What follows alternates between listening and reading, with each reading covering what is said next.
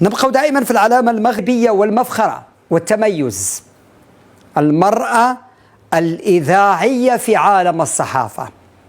كاينه جمعية في المغرب سميتها جمعية مستمعي ومحبي الإذاعات بالمغرب، دائما هي في المناسبة حاضرة، في مارس حاضرة بتتويج وتكريم صحفيات المغربيات إذاعيات اللي تعطيو الكثير للمشهد الإعلامي المغربي من خلال البرامج اللي تقدموا.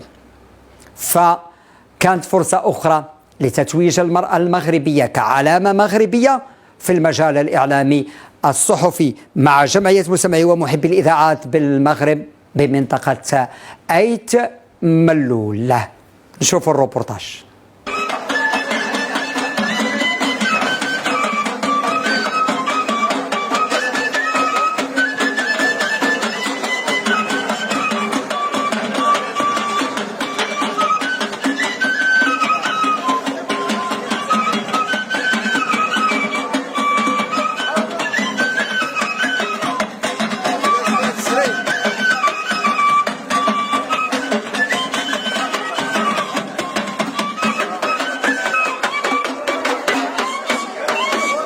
من كل ربوع الجهة وخارجها جاءوا للمشاركة في احتفالية تكريمية لوجوه إعلامية بصمت بمداد الإبداع المهني وراء الميكروفون الذي تمكنوا من خلاله بربط جسور التواصل والقرب الوجداني والاجتماعي مع مستمعيهم من كل الفئات المجتمعية والعمرية. أيها الحضور الكريم، نود أن نقف وقفة إجلال وتقدير لما حققته الوجوه الإعلامية من إنجاز وتضحيات في المجال الإعلامي السمعي والبصري. عرس كبير بمدينة أيتملول بمناسبة اليوم العالمي للمرأة. جمعية مستمعي ومحبي الإذاعات بالمغرب استطاعت تجمع واحد العدد ديال المستمعين على صعيد جهة سوس. هذه مناسبة فعلا حنا فرحانين بهذه المناسبة، لأن الفضل كله في هذا اللقاء اللي درنا، وهو الأخوة والمحبة بين الأصدقاء وبين المستمعين. الحمد لله اليوم كاينين العنصر النسوي شرفنا بالحضور ديالو، فعلا وصلنا واحد المستوى بعيد بهذه الجمعيه هذه اللي استطاعت تكرم واحد العدد ديال الوجوه الاعلاميه مختلف المنابر الاعلاميه على الصعيد الوطني. هذه مناسبه فعلا حنا فرحانين لها، وكما فرحنا واحد العدد ديال المستمعين اللي توافدوا على هذا المركز.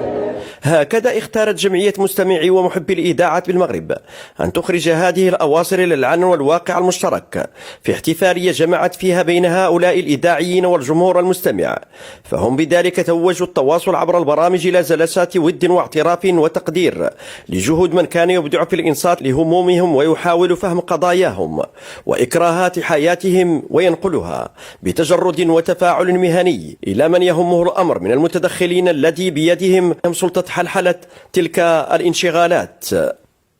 المذياع إبداع، والإذاعة أرخص وسيلة للتواصل، وكذلك هي متعة تستطيع أن تجمع ما لم تجمعه الجرة. الإذاعة وسيلة للتواصل، وسيلة للإخبار وللتثقيف وللتنشيط وللإعلام، لأن المذياع قل لي ولا تراني. واليوم استدعت الجمعية المحبين ومستمعي الإذاعات بالمغرب أن نلتقي بالصحفيين الذين كنا نحدثهم ولا نراهم. الكل يفتخر بإعلامنا، الإعلام المغربي إعلام قوي، طوبى لكم ولنا.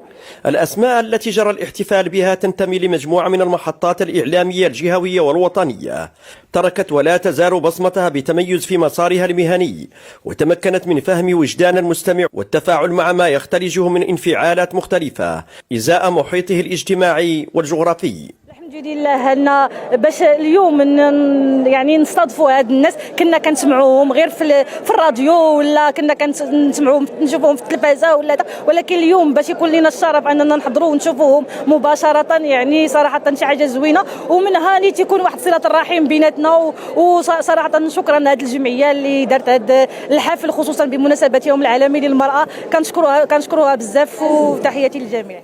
وفي أجواء تميزت بالإبداع الفني بين موسيقى الروايس وأنغام الفرق العصرية، تأسس وجه جمالي وعفوي للفرح والحبور بهذا التواصل الذي ترجمته الجمعية المنظمة بكل إمكانياتها المتاحة.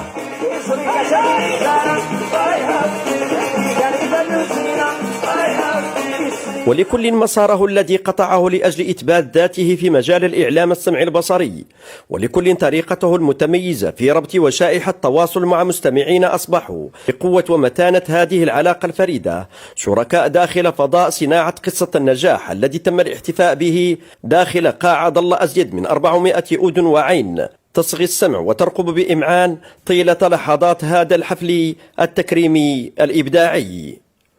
السلام عليكم ورحمة الله. كيشرفني الحمد لله اليوم باش نحضر إن شاء الله مع اللقاء اللي داروه الجمعية ديال المحبين ومستمعين الإذاعة الخاصة والوطنية، وكيشرفني كشاعر باش نحضر معهم ونشوفوا ونديروا صلة الرحم بيناتنا ونحضروا لهذه التكريمات اللي هما واقعين إن شاء الله اليوم.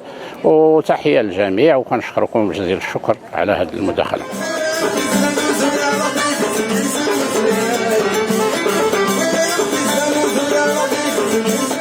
إذن ستبقى الإذاعة والمستمع جسرا متينا وأداة موازية تعزز الدور الهام الذي تطلع به مجموعة البرامج والحصص الإذاعية المبثوثة بهذه الإذاعات لكسب رهان أضخم كتلة راقية من المستمعين بربوع جنوبنا الحبيب. الحسن البوعشراوي، الحسن أوررايس، شدا تيفي.